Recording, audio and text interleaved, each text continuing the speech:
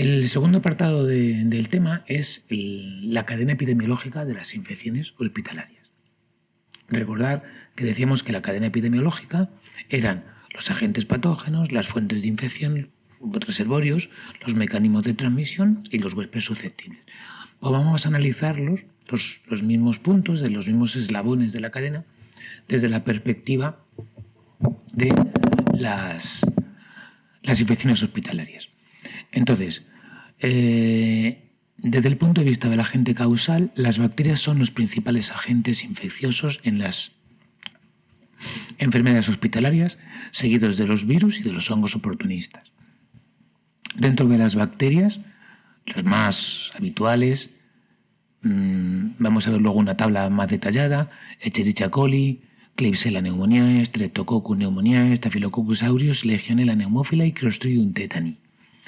Dentro de los virus, bueno, ya sabíamos por el tema anterior que ocasionaban las estafilococias cutáneas, neumonías, infecciones tetánicas, infecciones de heridas, etc. Bacteriemias, perdón, no me salía la palabra. Dentro de los virus, hepatitis B, hepatitis C, VIH, herpes y el virus respiratorio sincitial, que tienen mucho que ver con las cirugías y con las intubaciones. Los hongos, los más habituales son Cryptococcus, Aspergillus y Candida.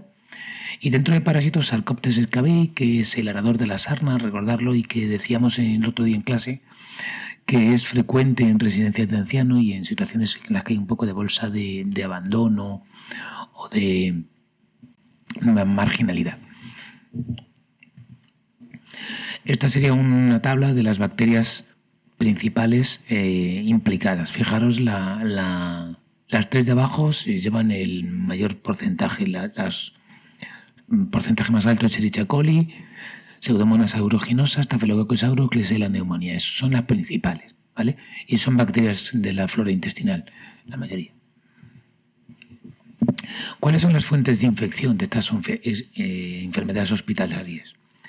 Pues principalmente los humanos, ¿vale? Los humanos y los objetos contaminados con secreciones y excreciones de humanos.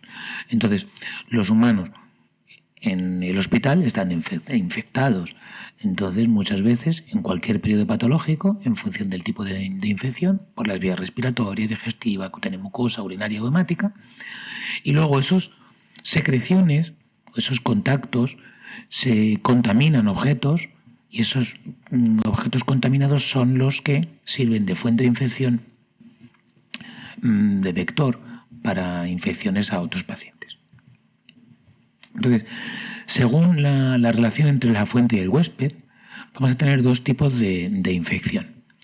Una es la endógena, que es cuando el microorganismo que causa la infección a un paciente procede de su propia flora, ¿vale? No viene de fuera de él, procede de él. Por ejemplo, enfermedades que afectan al sistema inmune, enfermedades que debilitan en general, como una gripe, ¿vale? La primera como una hepatitis B o como un VIH o como alguna otra enfermedad que afecta al sistema inmunológico. Cuando tiene un paciente un tratamiento inmunosupresor para un trasplante, por ejemplo, o cuando está tomando un tratamiento antibiótico que elimina su flora natural, y ya dijimos que hace que los microorganismos oportunistas proliferen ante la bajada de las propias defensas de nuestra propia flora. La otra forma es exógena. Exógena es cuando los microorganismos proceden de otra fuente de infección, ¿vale? Normalmente de otro paciente, a través de objetos contaminados o directamente a través de otro paciente, o muchas veces a través de las manos del personal sanitario. Y luego también a veces ocurre una forma combinada, que es cuando una infección externa disminuye las defensas del paciente, que tienen que luchar contra esa infección externa provocada, por ejemplo, con un objeto contaminado, y eso facilita una infección endógena, porque esa infección externa debilita las defensas y entonces los oportunistas aprovechan un poco la situación y provocan una infección secundaria endógena a la primaria exógena. ¿Cómo se transmiten las infecciones hospitalarias? Bueno, pues ya vimos que podían ser de forma directa o de forma indirecta. Y ya vimos cuáles eran los mecanismos en el tema anterior. Aquí simplemente es un poco repasarlo. La forma directa más común es el contacto a través de las manos del personal sanitario, porque no hay prácticamente contacto entre pacientes. Y luego por la vía aérea, esto sí puede ser a través de paciente de al lado, aunque están suficientemente separados, con lo cual las gotas no sería una forma, pero sí los aerosoles, en el caso de que uno de los pacientes de la habitación estuviera contagiado. Pero por lo general van a estar vehiculizados por el personal sanitario. Y luego la forma indirecta, que son agentes patógenos resistentes a la intemperie, vehiculizados a través de medicamentos, de alimentos, de objetos contaminados, de fómites, pues que lo que vemos, luego veremos los temas de la desinfección. Y en cuanto al huésped susceptible, o sea, al paciente que va a enfermar, al futuro infectado, ¿vale? Normalmente ocurre que en un paciente hospitalizado se suman una serie de factores de riesgo que lo predisponen a la infección. Ya hemos estado viendo un poco la idea que subyace a este concepto de la debilitación, ¿no? Entonces, la propia susceptibilidad de un paciente en función de su edad, por ejemplo, de su estado nutricional, de sus hábitos sanitarios, de su cansancio, de su postración. Entonces, un paciente en un estado como este, una persona mayor, malnutrida, con hábitos sanitarios descuidados, con mucho tiempo en la cama, pues es más probable, ¿vale? Es más susceptible.